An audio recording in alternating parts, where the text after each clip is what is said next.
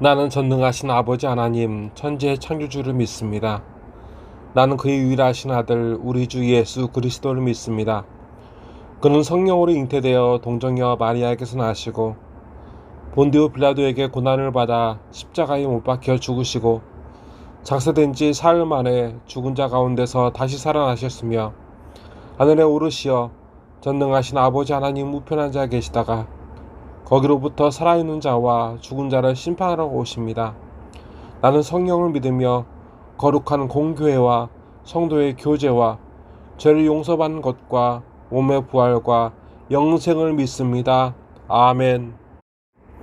하나님 아버지, 하나님 은혜 주심에 감사와 영광을 돌립니다. 하나님께서 엘리야의 탄식 속에서 응답하심 같이 지금 이 순간에도 하나님께만 무릎을 꿇어 경배하는 하나님의 예배자들을 남겨주신 줄을 믿습니다. 그들이 떨어져 있든지 모여 있든지 성령께서 그들을 헤아리사 성도가 성도되고 예배가 예배되게 하시는 줄을 믿고 용기를 냅니다. 이 성도들의 일생과 이 예배를 인도하사 오로지 성령님만 이끌어 주시고 온전히 하나님께만 영광이 되게 하옵소서. 하나님의 말씀으로 우리를 먹여 주시옵소서. 우리에게 주신 유일한 이름 예수 그리스도의 이름으로 간절히 기도드리옵나이다. 아멘. 오늘 우리에게 주신 하나님의 말씀은 신약 28면 마태복음 17장 9절부터 13절까지의 말씀입니다. 그들이 산에서 내려올 때에 예수께서 명하여 이르시되 인자가 죽은 자 가운데서 살아나기 전에는 본 것을 아무에게도 이르지 말라 하시니 제자들이 물어 이르되 그러면 어찌하여 서기관들이 엘리야가 먼저 와야 하리라 하나이까? 예수께서 대답하여 이르시되 엘리야가 과연 먼저 와서 모든 일을 회복하리라. 내가 너희에게 말하노니 엘리야가 이미 왔으되 사람들이 알지 못하고 임으로 대우하였도다.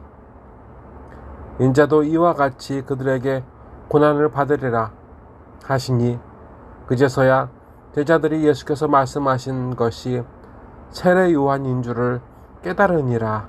아멘. 오늘 하나님의 말씀으로 살고자 하여 나온 예배자들에게 하나님의 생명이 있기를 원합니다. 엘리야는 아합 때에 하나님께서 구원하신 백성을 우상에게서 이끌어낸 영적인 출애굽의 지도자였습니다. 항상 고독하게 자기 믿음을 지키며 살아온 그는 항상 혼자처럼 믿음을 지켜 살았고 그 외의 모든 유대인들은 항상 하나가 되어 바알과 아세라를 섬겼습니다. 하지만 하나님께서 그의 예배를 통하여 그곳에서 하나님께 예배하기를 주저하는 이들을 깨우셨습니다. 하나님은 모세를 통하여 이스라엘 자손을 애굽에서 이끌어내셨습니다. 하나님은 엘리야를 통하여 이스라엘 자손을 우상에게서 하나님께로 이끌어내었습니다. 그로부터 900년이 지난 그때도 다시 원위치가 되어서 그들은 우상에 붙잡혀 있었고 그들은 풍요와 부요, 우상들에 매여 있어서 그들은 하나님께 돌아오지 않았습니다. 그래서 다시 하나님께서는 그들을 우상에게서 이끌어내시기 위하여 엘리야와 같은 심정을 가진 사람을 준비하셨는데 그가 바로 세례 요한이었습니다. 세례 요한은 모든 것이 보장된 제사장 가문이었고 비록 로마의 식민지이나 잘 살 수 있었습니다. 하지만 그 모든 것을 버리고 광야에 나아가 엘리야의 심정으로 나섰습니다. 하지만 그 유대인들은 비록 세례를 받으러 나왔으나 우상을 버리지 못하였습니다. 욕심을 버리지 못하였습니다. 죄악을 버리지 못하였습니다. 그래서 그들은 세례 요한의 복음에 완전하게 하나님께 돌아오는 것을 주저했습니다. 회개가 없는 삶, 그래서 회개에 합당한 열매를 맺지 못했습니다. 그렇게 온 유대 땅의 유대인들뿐만 아니라 그 세례 현장에 있었던 사람들도 세례 요한의 엘리야의 심정에 맞는 대우를 하지 못했습니다. 그리고 그들에 의해 세례 요한은 고난당하고 붙잡혀 목베어 죽어야 했습니다. 예수님께서는 그 세례 요한과 같이 우리 예수님께서 고난당하실 것임을 제자들에게 또한 우리에게 알려주십니다. 세례는 죄사함과 더불어 그리스도와 하나 되는 축복입니다. 세례 무용론을 이야기하는 것이 아닙니다. 오늘날 우리는 중대한 위기 가운데 놓여 있습니다. 새벽마다 교회에서 하나가 되어서 기도하고 예배하던 시간들이 이 사태로 인하여 축소되거나 중단된 지 2년 가까이 되었고, 이젠 수요 예배와 주일 예배까지 드리지 못하고 있습니다. 세례식과 성찬식은 더 힘이 듭니다. 성도의 공동생활을 성도가 상실했습니다.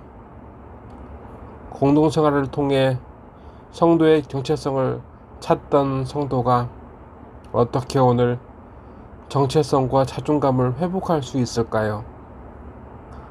엘리야, 세례 요한이 일평생 외친 것을 기억해야 합니다. 우리는 하나님께 아직 돌아오지 않고 우상에 붙들려 있습니다. 그래서 그 불편한 진실을 우리는 깨달아야 합니다. 시인해야 합니다. 하나님께서는 그들의 일생을 통해서 우상에게 붙잡힌, 탐욕에 붙잡힌 우리를 깨우기 원하십니다. 그리고 그곳에서 하나님께서는 하나님께로 돌아오도록 그 엘리야와 세례 요한을 통하여 강권하셨습니다. 지금 하나님으로의 회개의 열매를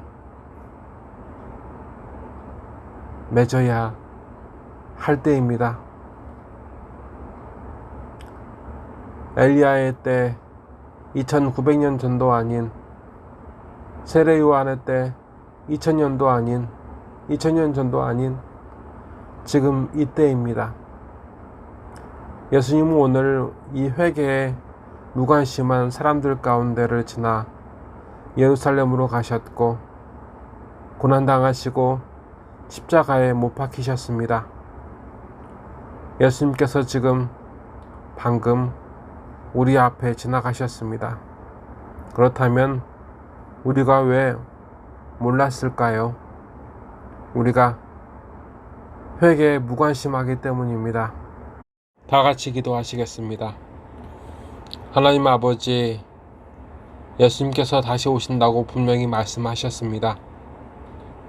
예수님께 예물을 드려야 하는데 우리에게 예물이 없습니다. 그래서 이 고난을 통하여 인내의 예물을 맺게 하시기를 원하시는 것인지 다시 되돌아보고 또한 감사드립니다. 하나님 아버지, 회개의 열매를 맺게 하여 주시옵소서. 이 고난 가운데 힘들고 어려운 것만 보이지 않게 하시고, 이 고난 가운데 아직 소유하지 못하는, 붙잡지 못한 물질의 것만 보이지 않게 하시고, 하나님께 돌아가야 하는 그때인 것을 알고 하나님의 품을 사모하게 하셔서 이제 회개의 열매를 맺게 하시고, 이제 복음에 회개함으로 응답하게 하소서. 열매 맺게 하소서.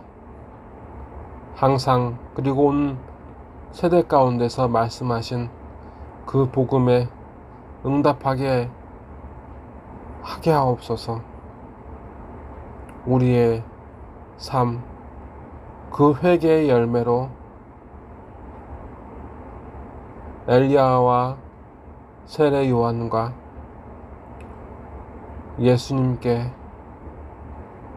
응답하게 하옵소서. 이 예배와 예물을 받아주시옵고 오늘 회개의 열매 맺게 하여 주시옵소서. 우리의 능력이신 예수 그리스도의 이름으로 간절히 기도드리옵나이다. 아멘. 지금은 회개의 열매를 준비하는 성도 위에 주 예수 그리스도의 은혜와 주 하나님 아버지의 사랑하심과 주 성령님의 감화감동 역사하심이 이제로부터 영원까지 함께 하시기를 간절히 축원하옵나이다. 아멘.